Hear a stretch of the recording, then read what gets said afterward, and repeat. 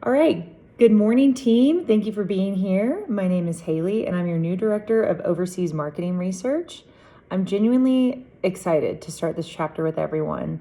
As everyone knows, our company is expanding beyond U.S. borders, and that means that the work that we do carries a lot of weight right now. So the research we're going to conduct is going to directly shape which markets we enter, how we position ourselves, and ultimately whether we succeed or fail internationally. So today I want to cover two essential areas. One is the step-by-step process. Two is the strategic benefits of those test markets, backed by real-world examples, and I want to show exactly why this work matters. All right, part one. When we operate internationally, complexity increases at every level. There's different languages, different cultures, regulations, consumer behaviors.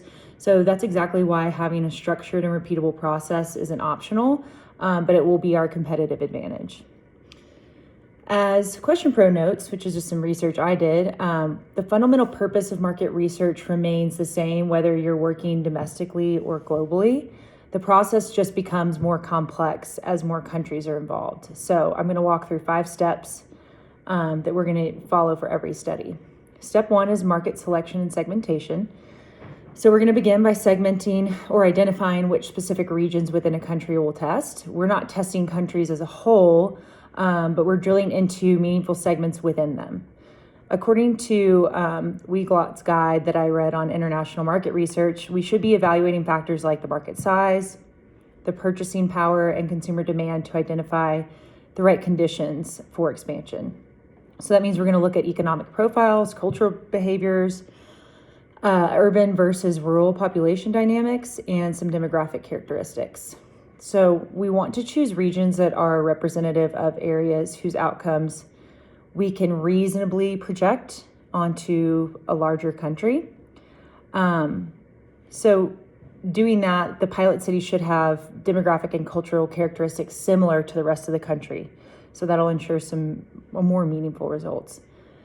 Step 2 is define objectives and our success metrics. So before we execute anything, we need to align on what success looks like. Every test market study must have clear KPIs, and those need to be defined up front. So depending on what we're testing, that might include a product market fit, pricing sensitivity, messaging effectiveness, conversation about adoption rates, are consumers taking the actions that we expect. Step 3 is define the test and localize execution. This is where the strategy becomes more of an operation. So we're going to pilot a controlled rollout in our selected regions, adjusting for those things that I mentioned earlier, language, cultural nuance, and then any regulatory requirements specific to that market. So localization is not just a nice to have, it's really critical to the validity of everything. So we need to understand those buying behaviors, those decision-making processes, and local pain points. So that's going to require research materials and execution that really reflect local preferences. So it's not a copy and paste from the US market. Our priority with this step will be keep variables tight. We want it to be clean, reliable, and that means 1 or 2 control changes at a time, consistent execution across test sites, and clear documentation of what was tested and how.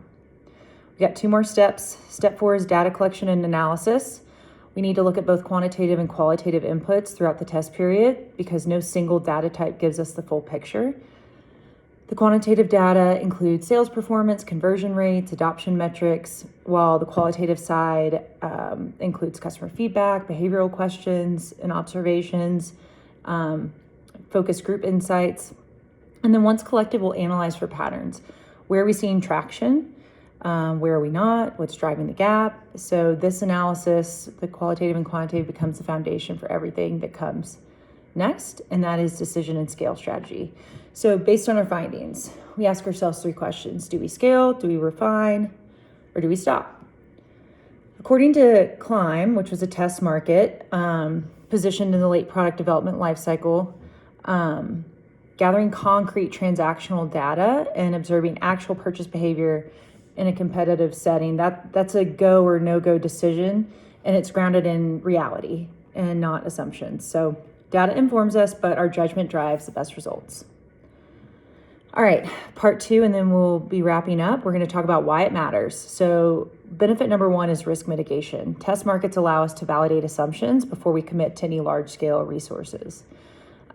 They serve as what Survey Point calls a dress rehearsal.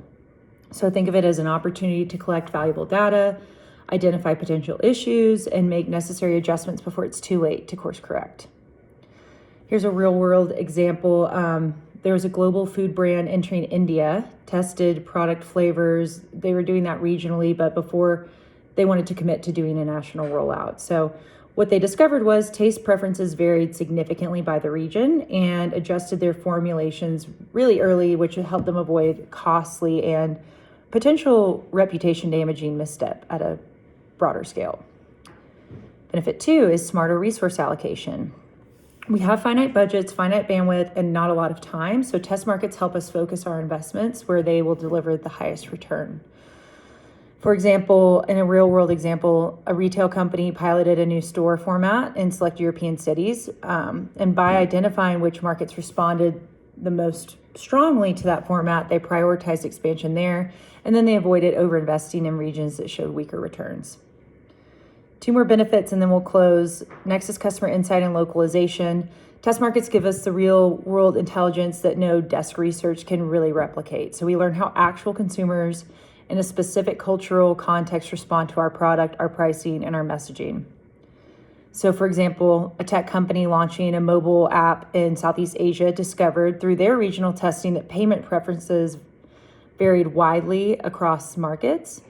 And by adapting their in-app payment to reflect local habits, they saw a significant increase in adoption, but they wouldn't have known that without testing. Last benefit is a stronger go-to-market strategy. So if we do go big, we need to go in with confidence, and test markets allow us to refine our messaging, our pricing, our positioning so that our full-scale launch is backed by evidence and not guesswork. The last real-world example I have is McDonald's. They tested its all-day breakfast menu in select locations before they rolled it out nationally.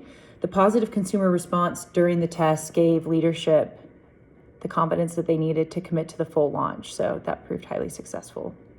In closing, our goal is to not simply just run a study, it's to deliver insights that drive smart, strategic decisions for our company as we expand globally. That means I hope and I expect us to be structured in our approach, disciplined in our execution, and thoughtful in our analysis. And before I wrap up, I want to be clear, I am here to support you, so if something's not working, please bring it to me or raise it. And if you see an opportunity to improve our process or sharpen it, bring that forward. That is how we grow as a team. So let's go out and do this with intention and deliver results that we can stand behind. Thank you.